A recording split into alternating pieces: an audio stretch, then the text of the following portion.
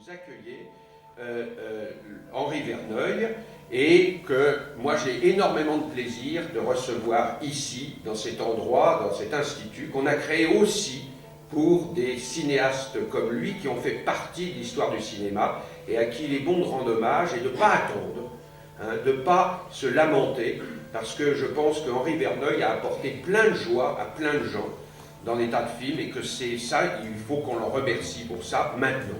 Voilà. Henri Verneuil.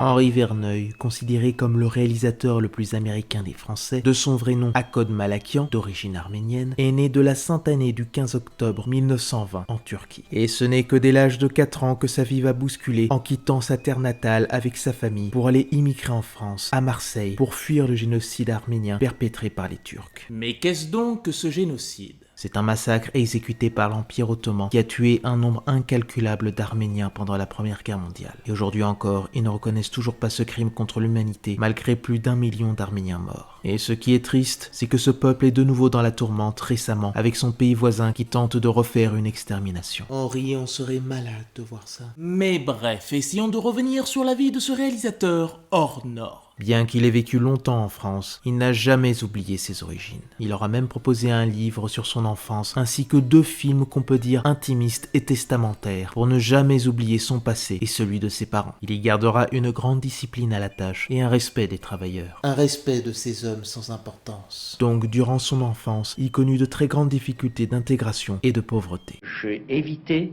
de descendre en récréation pour sortir un peu de cet enfer, car vraiment les enfants ne se rendent pas compte. C'est plus tard, quand on a 20 ans, 22 ans, alors on comprend la situation des gens. Mais c'est un souvenir assez désagréable. Et puis un jour, en 1934, dès l'âge de la raison, lorsqu'il alla au cinéma, il tomba en amour et admiration devant l'affiche du film La Reine Christine. Et il sut tout de suite quel serait son destin. Mais ce n'était pas le nom de l'actrice Greta Garbo et son titre tous deux écrit en gros qui vont lui piquer sa curiosité. Il fut fasciné de voir qu'à l'autre bout du monde, il existait un Arménien comme lui qui pouvait diriger une œuvre filmique. C'est par ce nom que son histoire fut toute tracée. Donc à la suite de ses études, poussé par ses parents, il entrera à l'école des arts et métiers d'Aix et décrochera son diplôme d'ingénieur en 1943 pour devenir ingénieur des arts et métiers et des constructions navales. Mon père écouta ce titre comme une symphonie. Une symphonie qui allait engager une bonne partie de ma vie. Well, you know the old expression.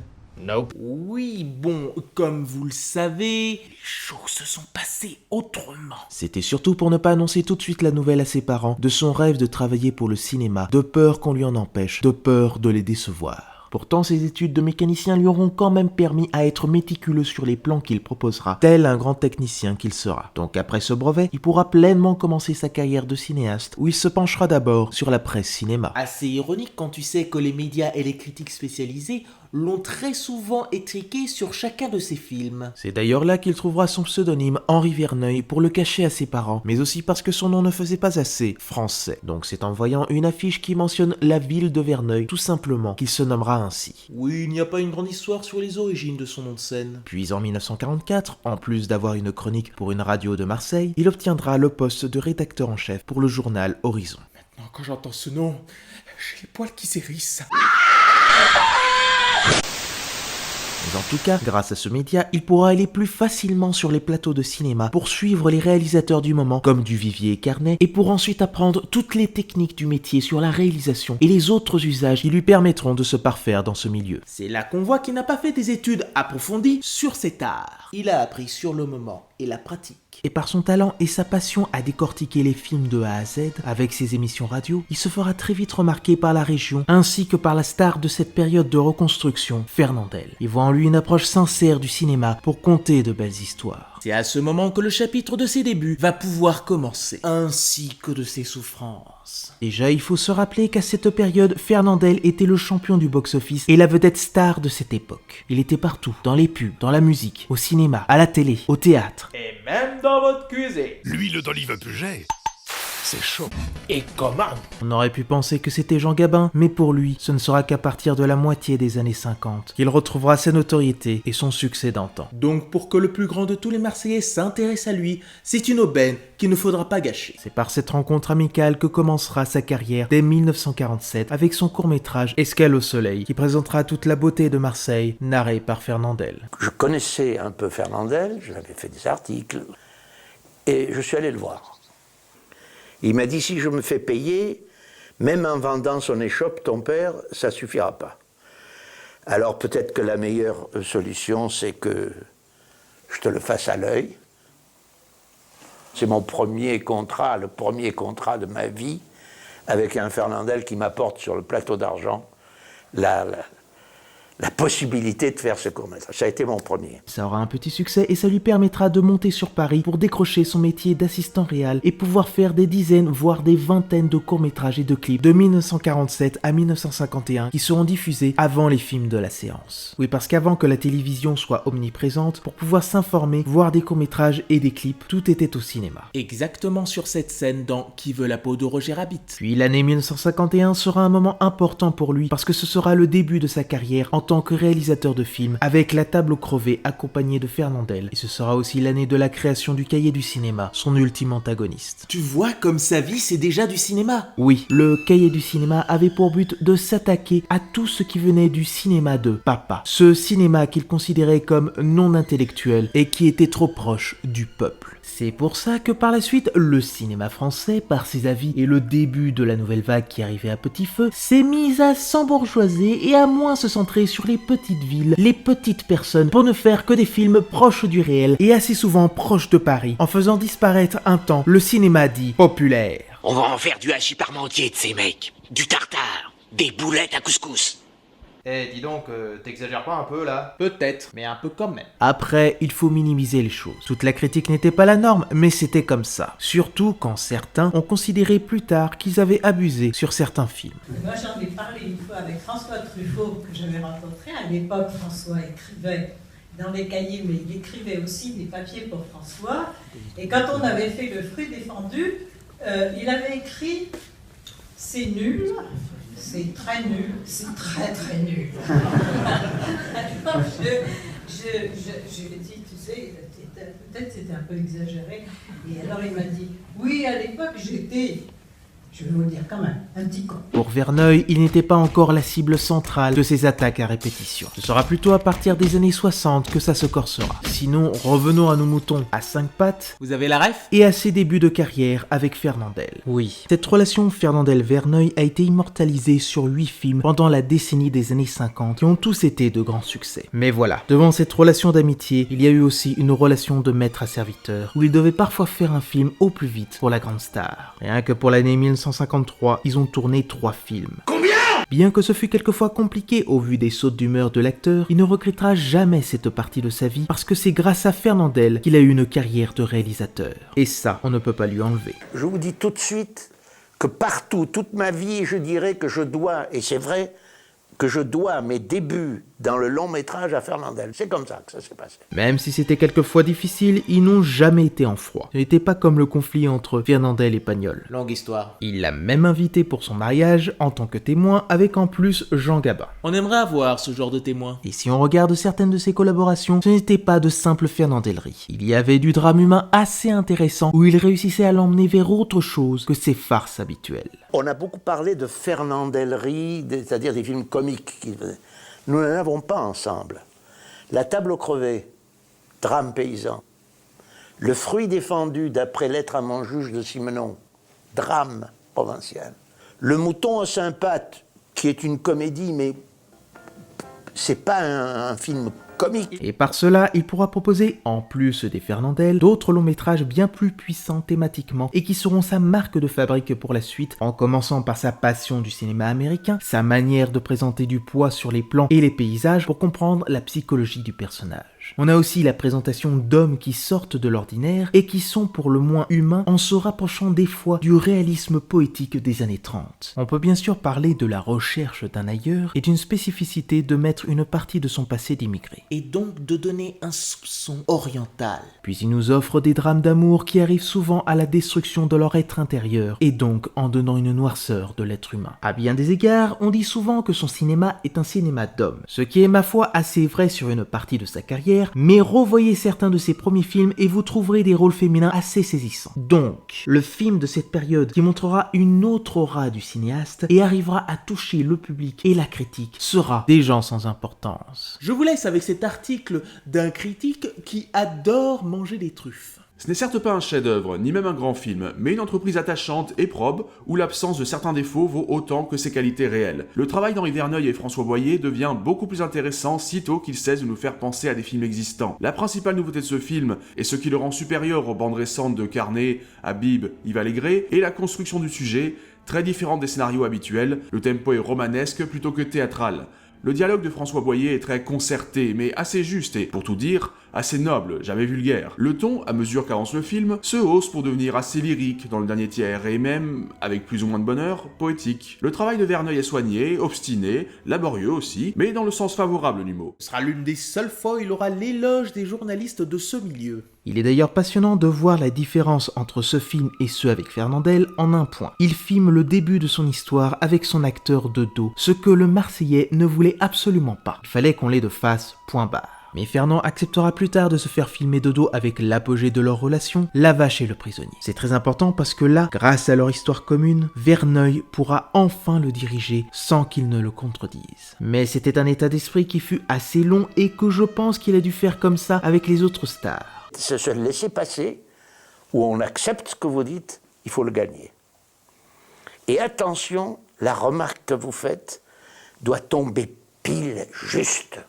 Parce que si elle n'est pas juste, la star va vous envoyer promener. Donc c'est en terminant cette décennie avec cette œuvre filmique qu'il aura engrangé un nombre de spectateurs phénoménal et qui statuera vraiment Henri Verneuil comme le roi du box-office. Ce film est un cap qu'il a franchi et une nouvelle étape pour sa carrière de cinéaste. Il y a un avant et un après. La Vache et le Prisonnier. Puis anecdote amusante, c'est Bourvil qui devait avoir le rôle, mais il n'était pas encore assez populaire pour être pris. Ce qui est encore plus ironique, c'est de se dire qu'au moins 10 ans plus tard, ce métrage se fera battre par un autre film du même genre. Il avait un bon flair. Mais bon, grâce à ce succès conséquent, de gros studios américains se sont intéressés de plus près à cet Arménien marseillais qui a marqué les spectateurs français. Et aussi parce que ça fonctionnait grandement à l'étranger. Donc après 2 films simples, il signera un contrat avec la MGM où il sera obligé de réaliser 3 films avec Jean Gabin dans le rôle principal et Michel Audiard au scénario et au dialogue. En fait, c'est pas si simple. C'est le producteur Jacques Barre qui expliquera le mieux la conception de ces productions. J'ai fait un accord avec la MGM pour faire des films avec Gabin, Audiard, Granger et Verneuil. Alors là, il est rentré dans une équipe qui était un mini-studio. Il était comme Audiard, comme Verneuil, comme Gabin et des pièces rapportées comme Simonin, Valentin, payés au mois pour faire un film par an avec Gabin. Donc plus précisément, ces 3 films que furent Le Président, Un singe en hiver et Mélodie en sous-sol ont été en partie produits par la MGM, mais c'est bien plus une production française qu'américaine. La boîte de production américaine sera plutôt là pour les distribuer à l'étranger. Maintenant que c'est précisé, continuons. Donc c'est à partir de cet instant que le véritable Henri Verneuil va naître, avec ses stars en folie, ainsi que les critiques qui vont de plus en plus le cibler à cause de ses succès successifs et de son cinéma trop populaire. Oui, parce que même s'il propose 3 genres différents, il a toujours réussi à faire que ce soit lui qui fasse venir les spectateurs. Alors que beaucoup de réalisateurs de sa génération se sont de plus en plus penchés vers la télévision. Mais vous pourriez aussi me dire que c'est grâce au dialogue saisissant de Michel Audiard et au nom des starlettes, ainsi que leur jeu. Embrasse-moi, mec! Toutefois, je trouve qu'il ne faut pas oublier la façon dont Verneuil les filme et met en scène ses plans. On pourrait croire qu'il propose une technique invisible, mais c'est sa manière de filmer ses plans qu'on apprécie les dialogues et le rythme. Le fait qu'il ait eu des études d'ingénieur et qu'il ait appris le métier sur l'instinct l'a bien aidé pour trouver la bonne méthode à ne pas ennuyer le spectateur. Puis bon, il fut quand même scénariste sur une vingtaine de ses films. C'est pas rien. Tel un chef d'orchestre, il cherche en amont les bonnes notes, le bon son pour créer son opéra. Et par la suite, c'est à la fin de son contrat avec Mélodie en sous-sol, qui aura même le prestige d'avoir un succès à l'international, surtout aux États-Unis, qu'il ira encore plus loin que ce qu'il était déjà en poussant sa créativité du grand spectacle à un niveau indescriptible. Et c'est là que réellement l'américanisation de son art sera encore plus mise en avant, mais tout en restant français. Je dis ça parce qu'il met souvent des références américaines dans ses films. Comme son succès précédent, Mélodie en sous-sol, qui a une scène similaire avec l'ultime razzia de Stanley Kubrick pour sa fin. Tout en ne faisant pas du copier-coller. Pour Verneuil, c'est quelqu'un qui propose toujours un film qui est en rapport avec le succès du moment. Donc vu que c'était le début du western spaghetti, il réalisera 100 000 $ au soleil.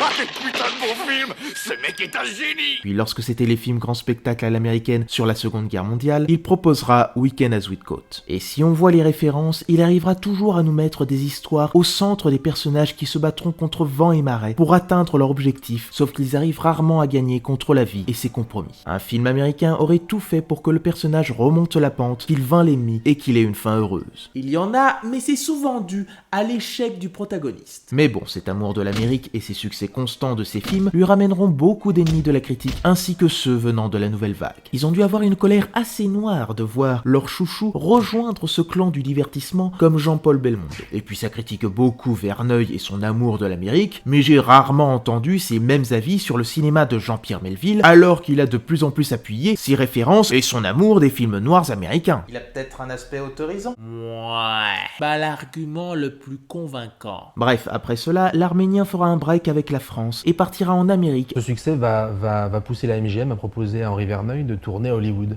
Et proposer 3 films, il va finalement en tourner que 2 films avec Anthony Quinn, La bataille de Saint-Sébastien et La 25e heure.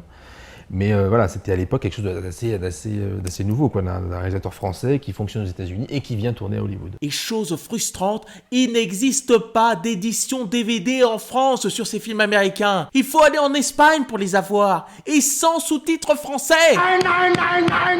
Mais voilà, ce fut 2 tournages coproduits par les Américains, donc en partie européens, qui furent difficiles et qui ont peu marché malgré Anthony Quinn à l'affiche des 2 métrages. Et puis il faut pas oublier Charles Bronson qui était dans La bataille de Saint-Sébastien, qui considérait que c'était son pire tournage. Ah, c'est pas folichon tout ça. C'était des succès, mais pas assez pour le studio. Donc son rêve d'Amérique fut de courte durée. Je prendrai pas ce chiffre pour dire que c'est un échec. Ça n'a pas marché. Pour autant, il n'aura rien perdu sur ses tournages en apprenant des choses qu'il mettra en application dans ses prochains métrages et en ayant fait une rencontre importante avec un compositeur qui va le suivre pendant une bonne partie de sa carrière et qui aura fait les plus belles compositions de sa filmographie, Ennio Morricone. Même quand ça passe mal, il retombe toujours sur ses pieds. Et c'est comme ça qu'avec cette collaboration Verneuil-Morricone, et avec ses liens encore en bons termes avec certains studios américains, qu'il aura la folie des grandeurs pour réunir Jean Gabin, Alain Delon et Lino Ventura dans le clan des Siciliens. Un polar qui n'a pas pris une ride. D'ailleurs, vu que c'est en partie une production de la branche européenne de la Fox, bien plus impliquée que celle de la MGM, ils ont été obligés de tourner 2 versions du film. Une en français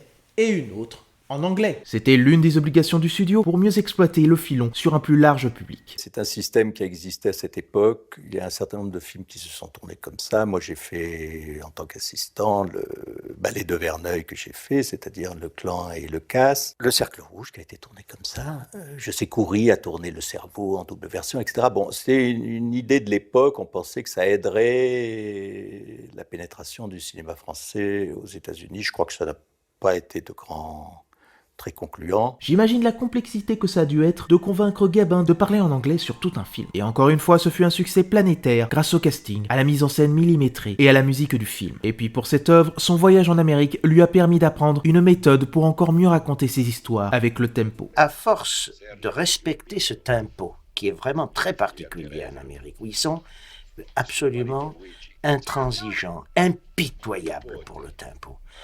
Une scène parlée, une scène où on échange des idées.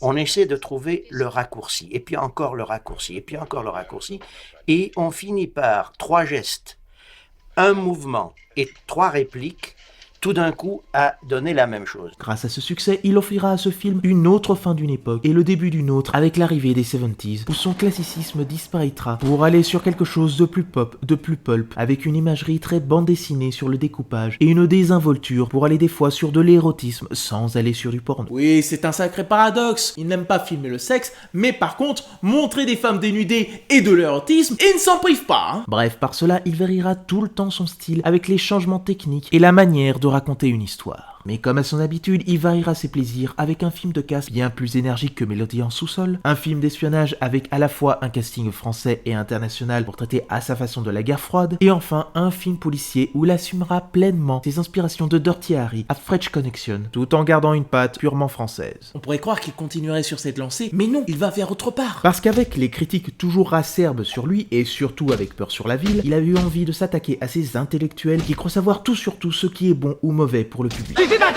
Bien sûr, il ira toujours pleinement sur le divertissement, mais en allant bien plus loin et en donnant une critique et un point de vue d'une société dépourvue de tout soupçon et de morale. Cette phrase dans le bouquin Les pieds dans la mayonnaise veut tout dire. Tout au long de ces 50 ans, j'ai assisté à la naissance d'un cinéma qui sacrifie souvent son instinct, son lyrisme et ses jaillissements à quelques satisfactions narcissiques et cérébrales. En l'absence de talent, on se croirait obligé d'être intelligent. C'est bon.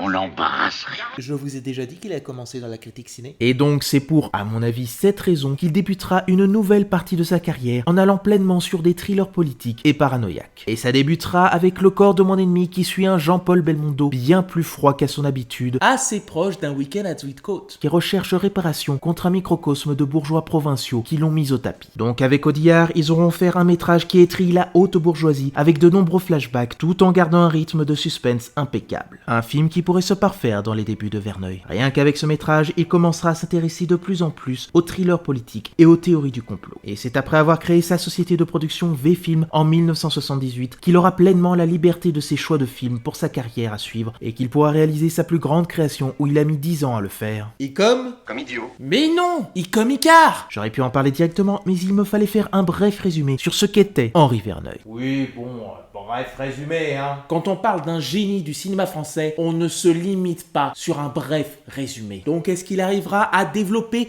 tous ses thèmes de prédilection et à nous offrir une œuvre satisfaisante? C'est ce que nous ferons dans la prochaine vidéo où je vous expliquerai dans les moindres détails pourquoi c'est un putain de film. Bonjour chers francophones, je suis le bonimenteur français. Je suis ici pour vous parler du cinéma français de A à Z.